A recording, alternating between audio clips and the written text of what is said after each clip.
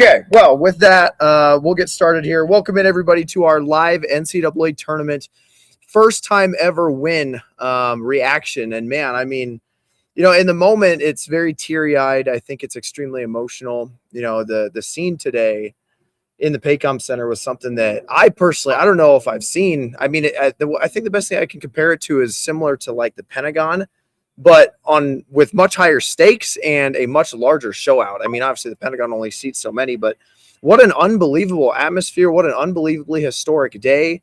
I mean, there's not really anything that didn't meet up to standards, either from a fan perspective, from an atmosphere perspective, from a weather perspective, and obviously a stats perspective. I mean, Mike, I don't know what you'd add besides that. Really not a lot to add. The day of our dreams is actually a reality now. As Husker fans have waited so long for this day to come, and it's no longer a hope and a wish. It's today, and it's right now. And Blake was right. Obviously, in the moment after it happened, very emotional. And I was getting emotional. I had chills. The guys next to me were emotional.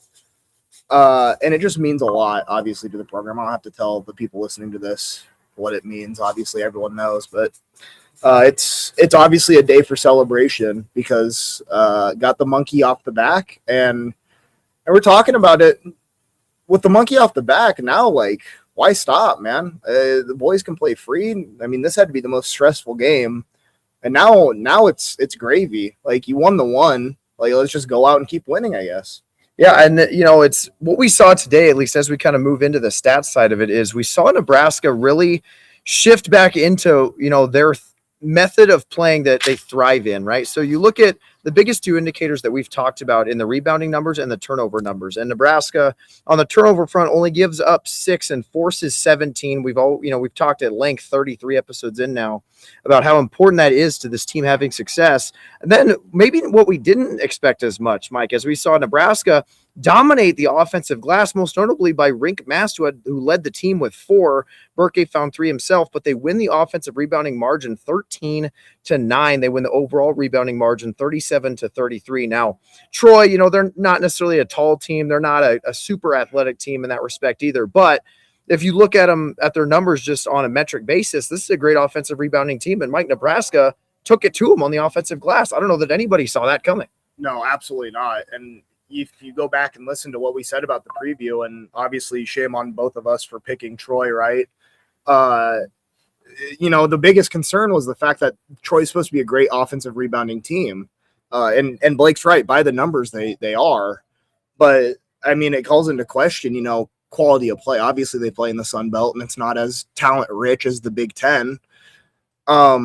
And so I think that disparity really showed what the difference in skill level is in this one in particular. The fact that the Huskers, who are notoriously bad at offensive rebounding, had more than a team that I believe, if I remember right, Blake, ranked 55th in the nation in offensive rebounding coming into this game. So great job by the Huskers. They really did everything. I mean, this has to be one of the most complete games I've seen this Nebraska team play, at least in the last 2 months, if not the season. And let's not forget, you talk about the difference in quality between high major and mid-major.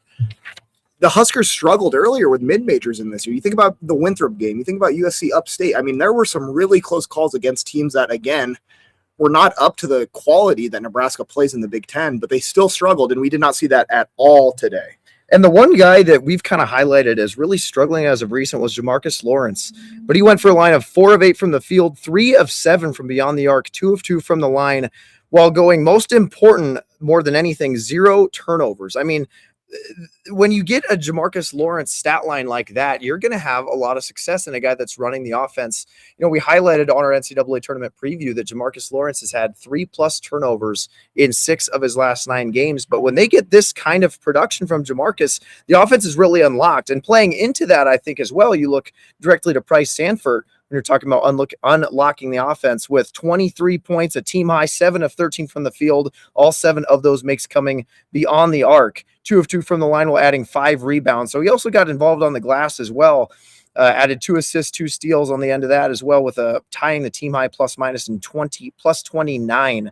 I mean, the biggest thing for Price, and I'm interested to hear Mike's take on it, is the first thing we noticed was that the officials were far, far different than what we saw all year in the Big Ten. They were calling these holds, these kind of runaround screen calls, these bumps, these nudges on Price that we did not see Price able to get here in the Big Ten conference season. And that played a huge role in, I think, changing how Troy thought that they could defend us. I think they looked at the blueprint, saw what the Big Ten did.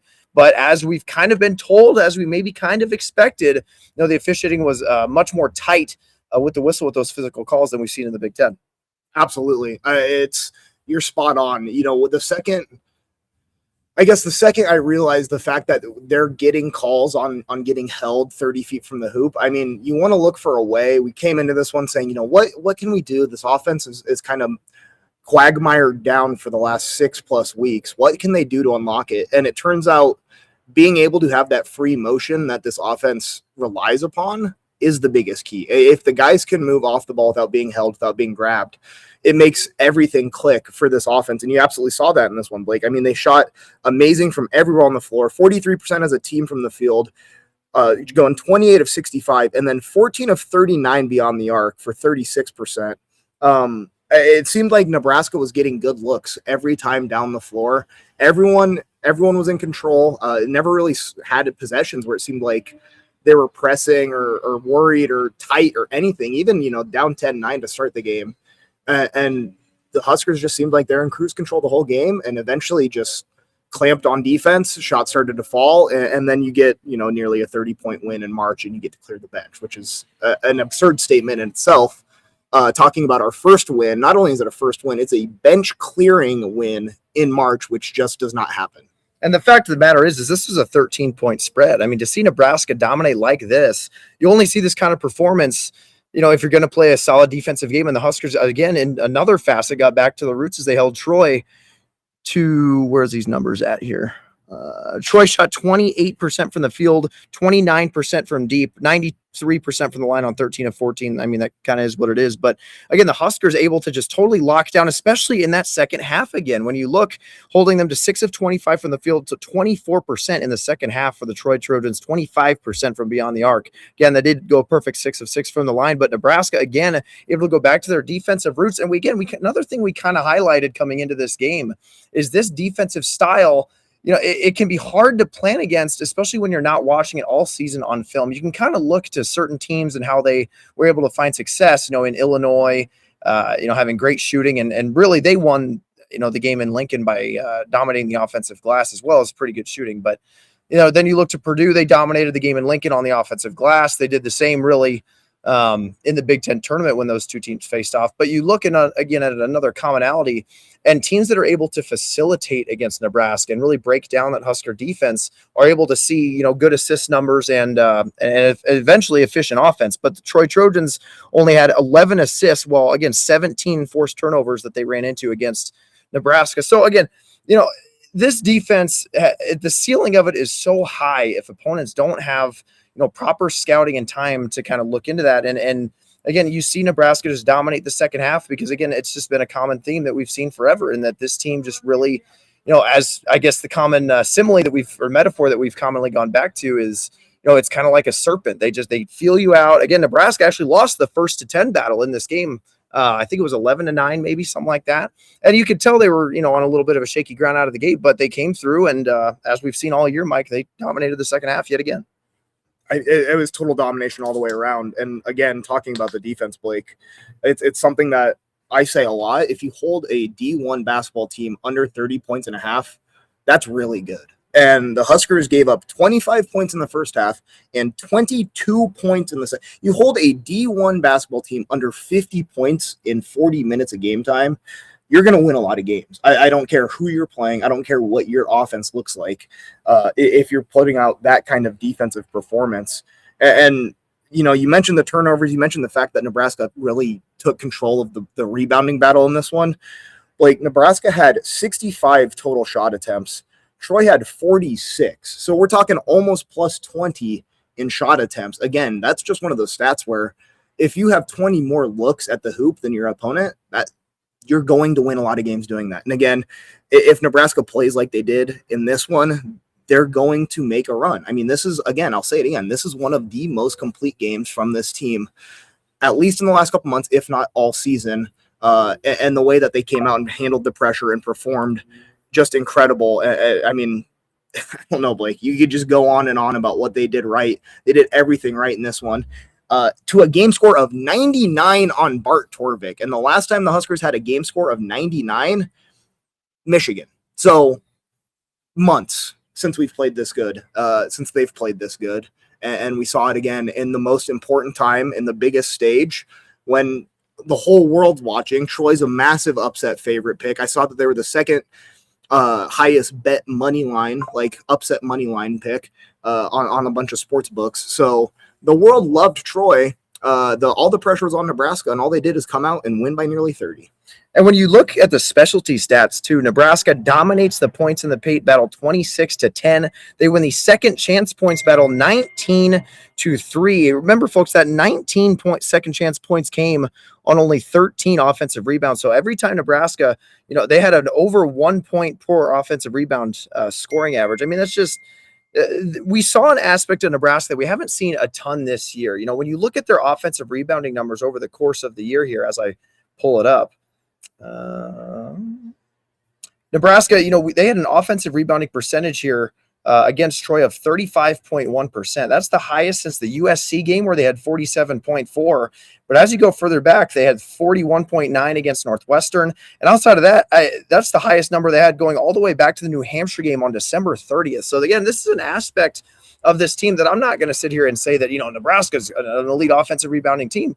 But I tweeted it in the around the halftime period that Nebraska ranked in the low 300s, 310th or so in offensive rebounding. Troy ranked 55th. Now, obviously, context to that, a lot of that depends on who you play, and that goes without saying. But just the numbers in and of itself, Nebraska, they don't even really scheme to find offensive rebounds. But I actually asked Rink Mast in the postgame locker room session, that same question. How did Nebraska find so much success in the offensive glass against Troy?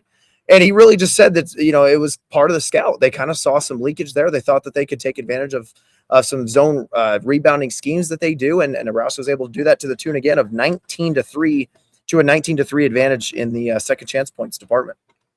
Yeah, and then that speaks a lot, obviously, seeing it on the scout. And I think that was pretty evident watching this game. You mentioned it's not Nebraska's style to crash the glass.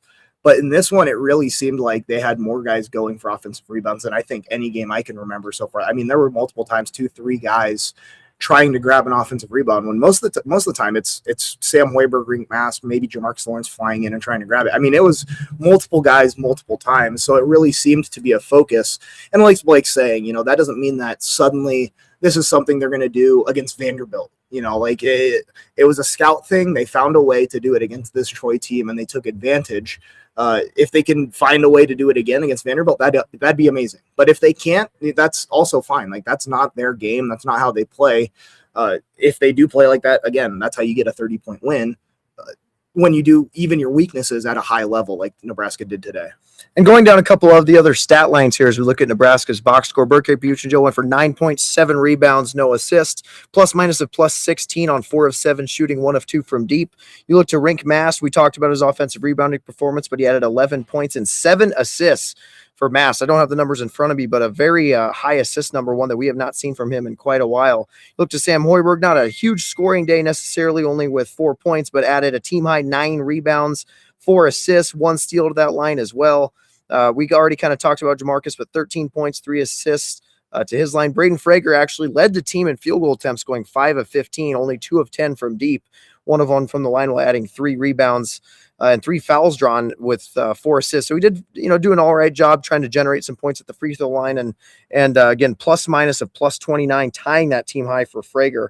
So, and again, we mentioned it's always cool to see guys you don't see on the box score in an NCAA tournament game. Jared Garcia logs 3.5 minutes, maybe not super productive in game, but got in late. Kendall Blue got into the game. Justin Bolus, Leo Curtis all get into the game here. Just a shade over 1.5 minutes towards the end of that game, and it's just a fantastic performance already. I don't think you can really look to anybody and say it was a pitiful performance. Jared Garcia had maybe the lessest of the team, but an amazing performance all around, and really a performance, again, as we talked about, game score of 99, the highest since we saw since Nebraska took Michigan to the gun in Ann Arbor. And with this team, we talked about it. This is the ceiling that they can have. It's just a matter of taking care of the ball and at least handling the margins on the glass. Yeah. As for, I just want to touch on the Jared Garcia thing. I do want to give him credit. Obviously, I think his couple of minutes early in the game, probably not to his standard, not what he was looking for. And then, he's on the bench for pretty much the rest of the game, but I do want to give him credit. Never saw his mood dip. Blake, there were times, a couple big sandstorm runs, and he was first off the bench out to midcourt to go hype the guys up. I mean, that's the type of senior leadership, though, that we talk about when we talk about this is a very mature team that, has been around the block, a bunch of old guys out here to win and handle this pressure. And it takes stuff like that as a team to do it. So I do want to give him a little credit. Obviously, again, not his best performance, but never doubted and was ready to go back in when his number was called at the end of the game there. But I don't know, Blake. I don't really have too much else to say about this win. I mean, we could go on forever, stat line. But at the end of the day, it's just actual dominance from the Huskers from pretty much. I mean, I'm maybe not tip to whistle, as again they did lose the race to 10, but led for 31 minutes out of 40. That's pretty darn good. And that wraps up, going back and wrapping up this game. That was a 76-47 win for Nebraska. The Huskers end up shooting 43% from the field, 36% from deep, 100%, 6 of 6 from the free throw line, while having 20 assists to 6 turnovers. Troy ends up shooting 28% from the field, 29% from 3, 93% from the free throw line, while having 11 assists to, is that right? 11 assists. I just can't even believe it's real. 11 assists to 17 turnovers against the Nebraska defense. So with that said, we're going to try to be relatively efficient because we also want to party a little bit here tonight. We're actually going to go through our post-game tweets. There's 80 of them. We probably won't read them all, but we'll kind of just touch on a handful of them as we go. And we have to honorably crack a beer as we get into this. For this part, absolutely. So want to make sure, I don't know if we've even mentioned it yet, but it's a huge shout out to all of our sponsors, Tax and Business Consultants, for helping us all year, kind of fun stuff, our sweatshirt giveaways and all those kind of fun things. Law Office of WMK for helping us. We always love reading that ad segment as we get into this part. Again, that's www.taxandbusinessconsultants.com. That's law office of WMK.com. Our friends over at 2C Merch, who we actually saw a lot of their merch on the concourse today. I don't know if you noticed that, but popular brand. It's growing more and more. A lot of cool tech stuff and unique Nebraska ball fan stuff. There you can find their stuff at www.2cmerch.com. That's TWO. Then on our way out, not the law officer, we were talking about them, but Nolan Andrews, Main Street Dental, and Main Street Dental, who we didn't run into, but we're pretty sure he's down here somewhere. So thanks to him again. Thanks to all our sponsors all year. And we're not done yet. That's the best part. We still have at least one more game and potentially more than that. Yeah, free sponsor spots for the guys as we continue on the run. Some extra games for them. So we're just going to kind of go through these, no rhyme or reason or order. We'll just skim through them. We'll do this for maybe 10, 15 minutes. We're going to start with Barstool Skurs, who puts a picture of Kevin Love hugging LeBron James after they won the title in Golden State. And honestly, I think that encapsulates a lot of what people felt coming out of this one. 402 Nation says, Price, one shining moment. Evan Weekland, the time has come. Husker Fan GB, a Twitter comment cannot do justice to my level of happiness. Today was a great day. And Verbose Husker, who looks like he's tuning in here, says, unreal atmosphere. Can't wait to watch the broadcast back and relive the crowd pops. What a cathartic release after 130 seasons of heartbreak and disappointment. This win transcends individual players and coaches, but one could not write a better story than Fred and Sam getting it done. And it's actually great that you brought that up in that tweet, Verbose, because I actually was in the post-game press conference and asked Sam, the video is probably somewhere on YouTube, I haven't watched it back, but I asked Sam, what is it like from this slow build from when you got here 4 or 5 years ago? And, you're working with your dad here as your head coach. You didn't, maybe expect to play in the first couple of years, but, you started with relatively a losing culture in what we've heard in the past and turned it into what it is and what that was all like. And he kind of just went to say that the quotable aspect of it was it feels like a storybook ending. Now, a little bit of a false ending there in the sense that the season is not over, but you couldn't have dreamed a better way for a magical season like this. Again, setting the program record for wins with 27, setting, an amazing 20-0 start, just demolishing the previous undefeated record. One of the highest metrically looking teams that this program has ever had is, I believe they're currently 13th in Ken Palm. And it's just a season of just amazing. I mean, the list can go on, but again, there's no better way and no more appropriate way for this season to come to a relative end, not done yet, but a relative end and put a bow tie on top of everything, but winning their first NCAA tournament game. Yeah, I mean, storybook for sure. For both saying to watch back the broadcast. I mean, I was scrolling through my personal Twitter and obviously liking every Husker tweet that I found, but the crowd pops on the broadcast. I mean it. Blake, it might have been louder than like PBA. There's something about, I don't know if it's the arena, I don't know what it was, but the one that comes to mind was the Price 3 where he got the steal, got down on the floor. We had this janky fast break that was just horribly run, but then Price trailing 3, and it's I believe they said the Price is right on the broadcast, and it was one of the most satisfying crowd pops ever. I will be going back and watching the entire broadcast. It will be saved to my YouTube TV account forever, so I can always go and relive that. But just an incredible atmosphere, and I think Fred even touched on it. They asked him about the post game. Never seen a neutral site game like this, and we sit here and we're kind of around in the stadium for the Vanderbilt McNeese game. Pretty much all Husker fans still in there. Obviously, the Vanderbilt and McNeese fans have their own little sections, but 90% of that arena, Blake, is Husker fans and Husker tickets. I mean, we were wondering pre-game, there were a couple sections that were empty, and it's like, oh, maybe people didn't want to buy those tickets. No, those were just the McNeese and Vandy tickets, good for maybe a couple hundred of them. And then the rest was Huskers. It was incredible. It's an incredible environment, and shout out to everyone that made the trip if you were able to do it. Obviously, I know there's a ton of people that are cheering from home as well. And it takes all of us as a fan base to make that happen, have that type of environment. As we continue on, Isaac, I think Kreikemeyer said, I asked a security guard who stood courtside for the entire game what he thought of the atmosphere, said he was impressed, also said it was louder than most Oklahoma City Thunder games and maybe even playoffs.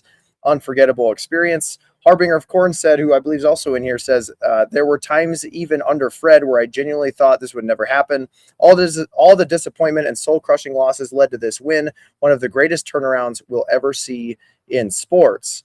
Paul Godberson said, the monkey is off the back, and this season is cemented as the greatest in program history. I love this team. It's been a great year, and this is the catalyst of great things to come.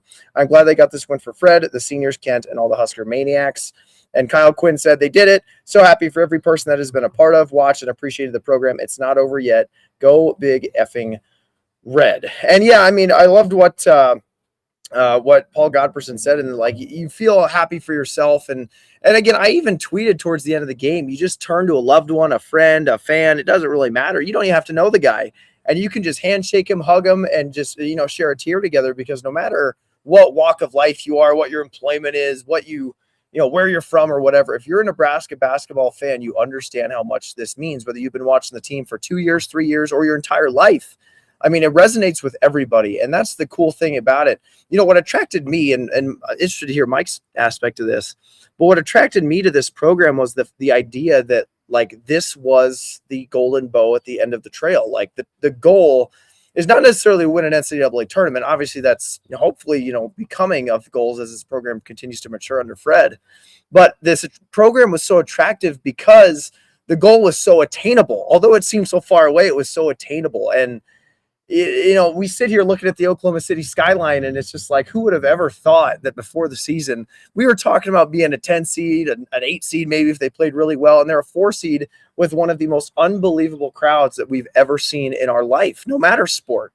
And it's just such a special, you feel for Fred, how special it is, all these players, especially the local guys, Sam, Kale, all the walk-ons. Henry Burr has been a part of this program for a long time. Mm-hmm. The people that built it, Bolus was for Lincoln native, I'm sure grew up watching the program. But then you even look at guys that built the culture, like Jamarcus Lawrence, like Rink Mass, like these guys, other guys that have been with the program for as long as they have. And you just feel so happy that this is the way that, especially this senior class, gets to leave on their terms. And, these guys on 2 different fronts, they'll never be forgotten for this, and they'll probably never buy a beer in Lincoln again for this. I'd imagine on that second point. Yeah, it is obviously the best way for them to go out. I love your point about like what brought you, what made you think about being, wanting to be a Husker basketball fan, the goal being so attainable. But it just felt so far away for so long. And we've talked about it a couple times off air this year though, Blake. It's like the goal is to win one game. And it's really sad that it took as long as it did. I'm glad they finally got it off their back.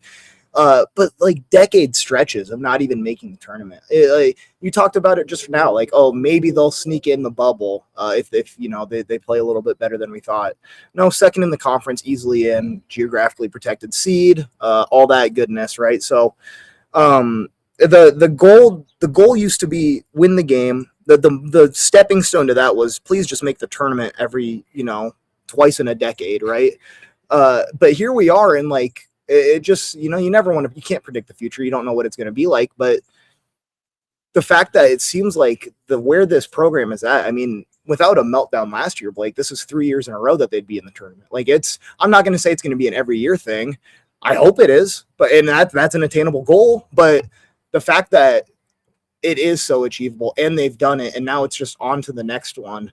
Make a run. Like this isn't even done yet. Obviously, they're still playing. They could go to Houston. They could make a run. If they play like they did today, they could beat anybody.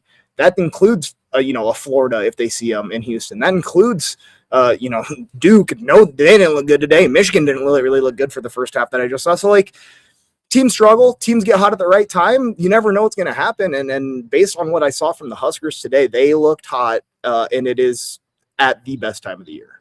We'll continue on with a handful more. It looks like Diane P. said this may be the year I converted my diehard Hawkeye brother to switch to Husker hoops. Wow. Love this team. Heart rate back down until Saturday. GBR always. Julie Fegter said, watched on the beach in Costa Rica and almost choked up. Good for Fred, for Ken, and for those who never lost faith, with a great picture of them watching the game on a Costa Rica beach. Probably the second best place to watch it if you were in Oklahoma City.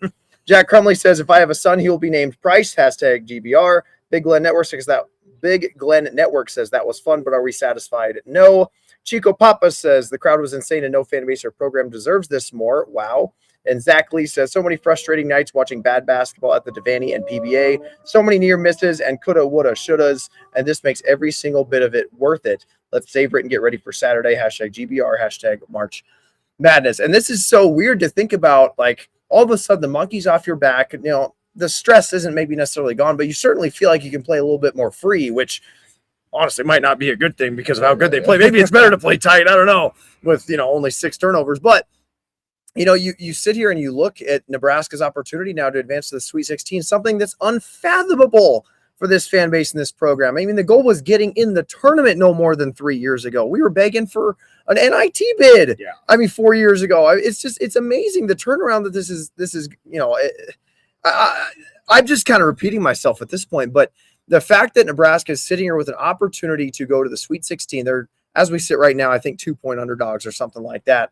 But Vanderbilt certainly didn't look overly impressive. Not, McNeese is a good enough team to make things difficult, but Nebraska has every shot in the world to win this game and be a Sweet 16 team headed to Houston. And we are living in a world where Fred Hoiberg took essentially the worst job in college basketball, just in the goalposts of, or in the realm of historical success, if you will. And then he became the worst coach of the worst program in college basketball over his first 2 years. And to see us, again, looking at this Oklahoma City skyline from our Airbnb on the patio, drinking a Mick Ultra after winning our first ever tournament game no more than 5 years after that abysmal first 2-year start for Fred. Nobody would have ever thought this is possible. Nobody ever thought it's real. And you have to say so much and give so much credit to Fred and this staff for staying the course, rethinking, reimagining philosophies coming into the Big Ten. And, well, if they realized something didn't work or what have you, the changes they made, the people they acquired, Fred talked about at the press conference, the culture change that had to happen to make this possible. And the program, Mike, has never been in a better spot than it is right now. Pretty easy to say after the first tournament win of all. Yeah. Obviously a ton of credit to Fred and the coaches. And again, it's something that we've touched on. You think about those first couple of years, and you're exactly right. Fred had to rethink what his team was going to look like to play in the Big Ten and get through the Big Ten schedule and be a competitive team in that league. Had to retool his idea. Obviously all the coaches, a ton of credit to them. It's just so happy for the players, man. You talk about the seniors, but even not the seniors, like Cale Jacobson, obviously the local guys, huge for them. Again, it's something that we've touched on before. Huge shout out to the guys that came before too. Like obviously last year didn't make the tournament the way that we'd hoped for that group of seniors, but they, made a postseason run. Huskers are undefeated in the postseason since 2020, the 23-24 season. So when they lost to A&M, they've been undefeated in the postseason since. But yeah, you think back to even though those like bad years in the, we touch on it a lot, like the Derek Walker, Sam Griesel guys, like that's the start of the culture flipping. And now, a wise man once said something about, the best thing is when people, sow seeds for trees, they'll never sit in the shade under. And that's like what those group of people did. You got to start somewhere, and just planting those seeds for the winning culture that has come to fruition and what we see now. A ton of credit to those guys, and, getting a little emotional thinking about it, because it's been a journey, and it sounds dumb that I'm so invested in what a bunch of 18 to 24-year-olds do with a ball on a court, but like I know that I'm talking to people that feel the same way. And it's just special, man. It's a special moment, and it's a memory gonna have forever. I mean, I don't know. Yeah, just the moment of what it felt like. I was in and out of Media Road down there, but the amazing, I was able to get a video, and you're not seeing a ton of videos of that moment because the NCAA is actually really strict about what you can put out in regards to the media stuff. So you're probably not going to see any videos until the off season, if frankly ever. We'll see. But there's a video on my phone I will cherish the rest of my life of the final buzzer going off and how loud. You guys think it was loud on TV. You think it was loud in the stands. When you're down in that court area, it's deafeningly loud. I mean, that last cheer, your feet were damn near vibrating. It was so loud as it rained down. So what a moment. It's just so special for everybody, the players, the coaches, the fans. And damn it, we deserve this. Yeah. This fan base deserves it for everything that they went through. Been through a lot. And Creighton fans can never say we're winless in the tournament anymore. So now the goalposts have moved to you never been a Sweet 16 or let's just get to the Elite Eight and get that out of the way. All right, so still in play. Make it happen. We'll go through two more subsets of tweets here. Drew Urban says, all the bad basketball that we had to endure for this moment went through my head. We all deserve this. Well, that's ironic. So happy that this is the team that did it. They play basketball the way it should be played. They will be immortalized forever. Fans brought the energy in OKC. Let's see here. Jake Polkson in a picture that said PBA South left no doubt. Time to get greedy. One not done. Hashtag sweatshirt. Jiminy Crickets posted a picture of Troy Bolton. It says Wildcats. Hudson Sheriff says absolutely insane atmosphere. There is truly nothing like Husker Nation. Tears were shed today. Alex Abel says, I remember walking out of PBA after Iowa killed us last year, wondering if we'd ever see this day. Now, after watching it in person, I never have to worry about that again. So happy for my fellow diehard Nebraska ball fans, the team, the state, and of course, KP. Job's not finished. Christian Hort says, call me blasphemous if you want, but I've wanted a men's basketball tourney win even more than a football conference title as far back as high school. Some happy tears shed today for sure. And Anthony Finley says, we effing did it. GBR. And again, I going back to what Christian Horn said in regards to the conference football title and stuff like that. People that follow this program now more than ever, I think, are starting to understand how much this really means. There were so many people out there, even a handful of years ago, when Fred started on the downturn that he did, that looked at this program and said, this will never be anything. Just take the money, put it in football, put it in gymnastics, put it in whatever, it doesn't matter. Put it in baseball, underwater basketball. It doesn't put it in whatever you want. And that's not nothing against those sports, but people saw men's basketball as just a waste of time here at this university. And the people that I'm so happy for are the ones that didn't necessarily fought back, but just took that on the chin. All of the harassment from Creighton fans when they were going through their great run here over the last 10 years, that hopefully it's ending. Hope good luck in the crown, fellas. Good luck in the crown. Can change your program. But the people that took all of that on the chin and sat through it all the years, and we're even more recent guys, we're in our 30s now, and we haven't seen the worst of it. Maybe we kind of have actually, but we didn't even get to experience the first part of it in those early 90s, when Danny Nee had them rolling. So this program has just had letdown after letdown after letdown after letdown after letdown. And there's nothing against the 2014 team when I say this, but people always consider the No Sit Sunday as being the crown jewel of Nebraska ball fandom. That was to get into the tournament as an 11 seed. To put it into perspective, what we're talking about here, that's what, and the great atmosphere, no doubt about it. But we look at that as some of the highest stakes this program has ever had. And now we're sitting here and we're going to be a 2-point underdog. I wouldn't be surprised if it's a pick by the time that this game tips off, just based on, what the crowd's going to look like and how it could influence the game. But we're going to sit here in essentially a one-possession toss-up game with an opportunity to go to Houston for the Sweet 16. I mean, it truly is just unbelievable how far this program has come in the last 3 years. Yeah, it is wild. You mentioned the 90s, and obviously, that was before our time, as you said. And like, obviously they lost as a 3 seed, and that's burned, and every Husker fan knows that. Even those of us that weren't around, we know about what that was. But this is something that we kind of talked about earlier, Blake. Like, that's 30 plus years ago. We're talking 30 years now.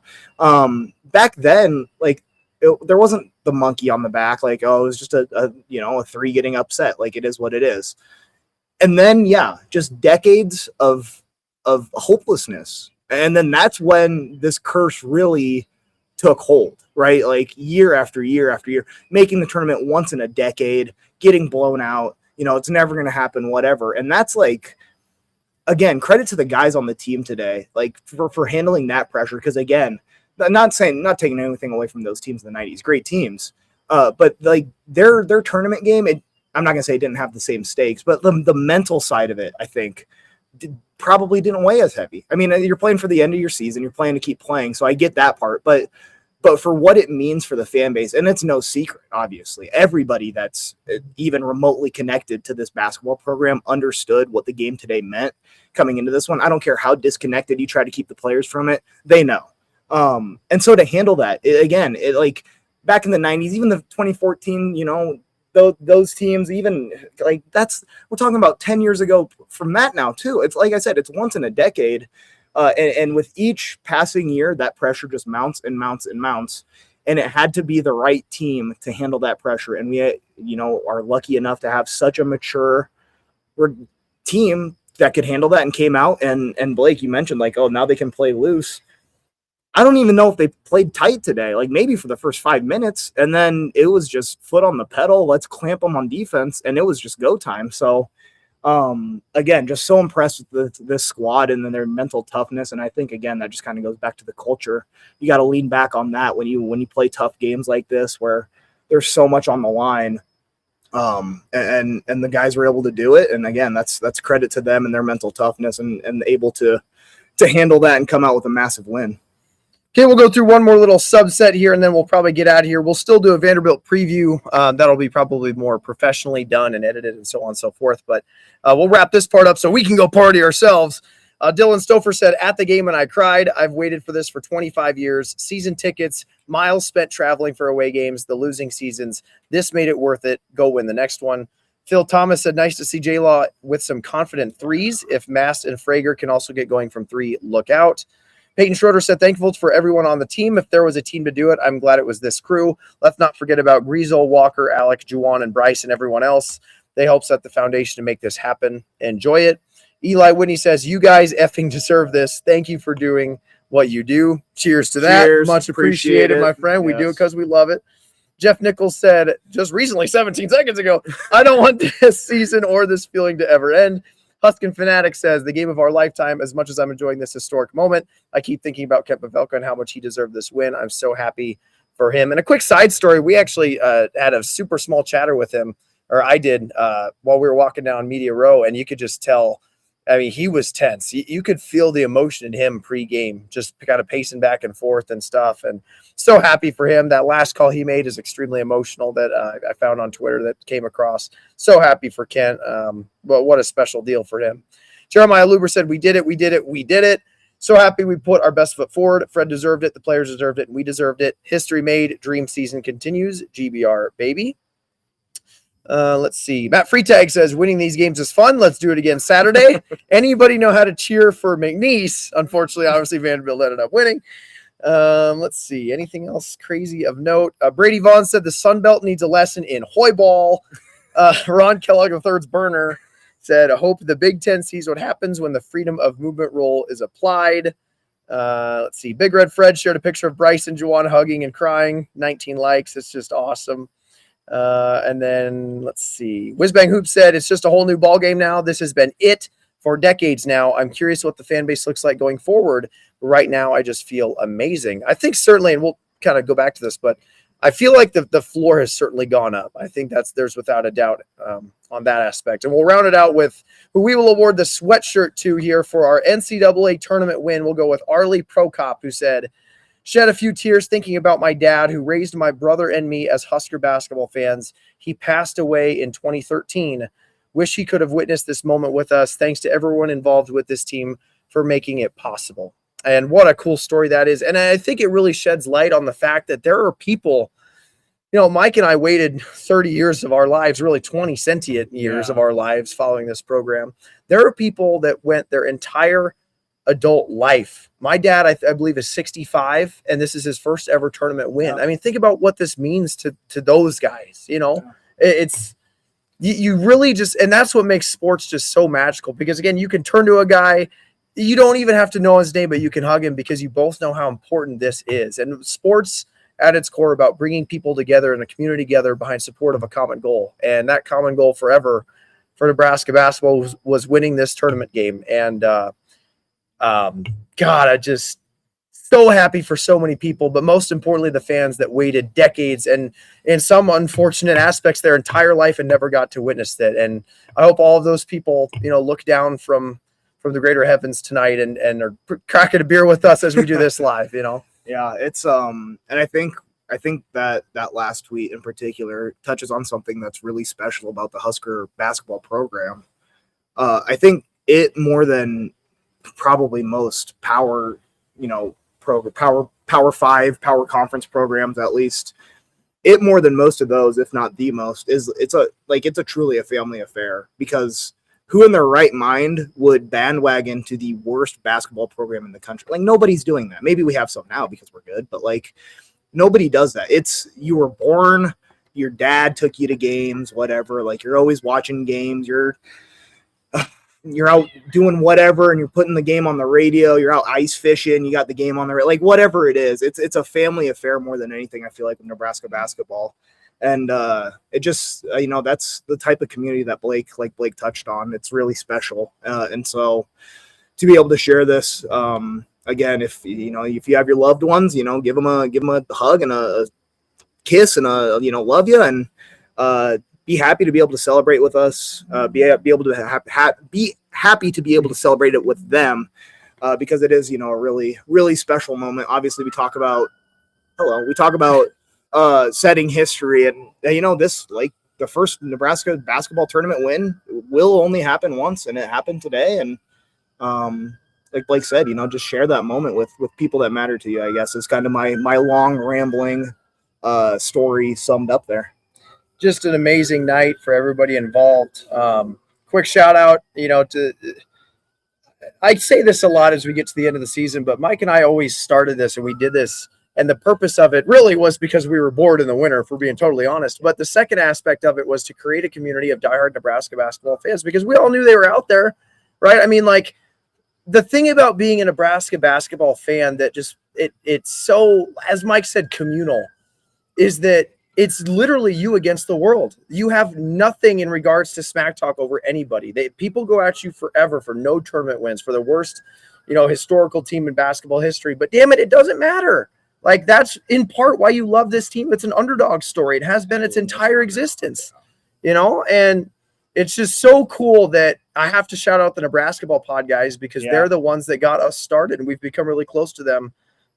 We've become real close with them over the last couple years or two since we've kind of got going. And I know they're in downtown Oklahoma City somewhere, so maybe we'll bump into them here as we start heading that direction. But those guys laid the foundation, and they did this through 10 pretty miserable years of Nebraska basketball. Got to be up there with the worst years to be doing a podcast about Nebraska basketball.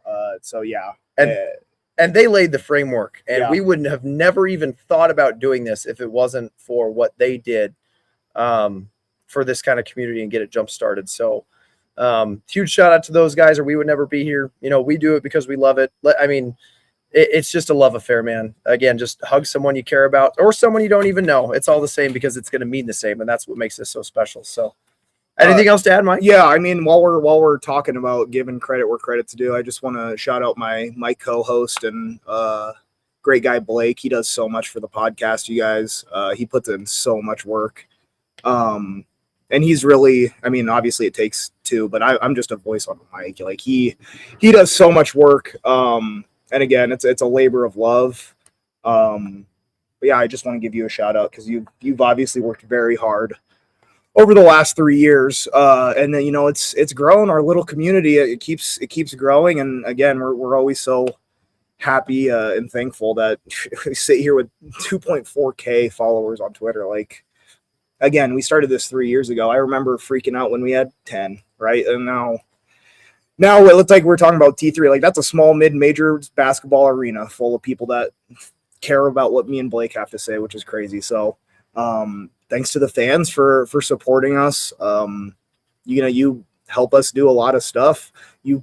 Without you guys, we don't get media credentials probably to the NCAA tournament. And that's a crazy statement too. The fact that that's something that happened, like just two random guys from Nebraska who are really passionate and just want to talk about Nebraska basketball, and glad we have a community to share that with, and a community to share their first ever tournament win with. It's magical. What a special night. It's only going to get more special as we get down into Bricktown here. Yeah, we're going to go to Brickopolis.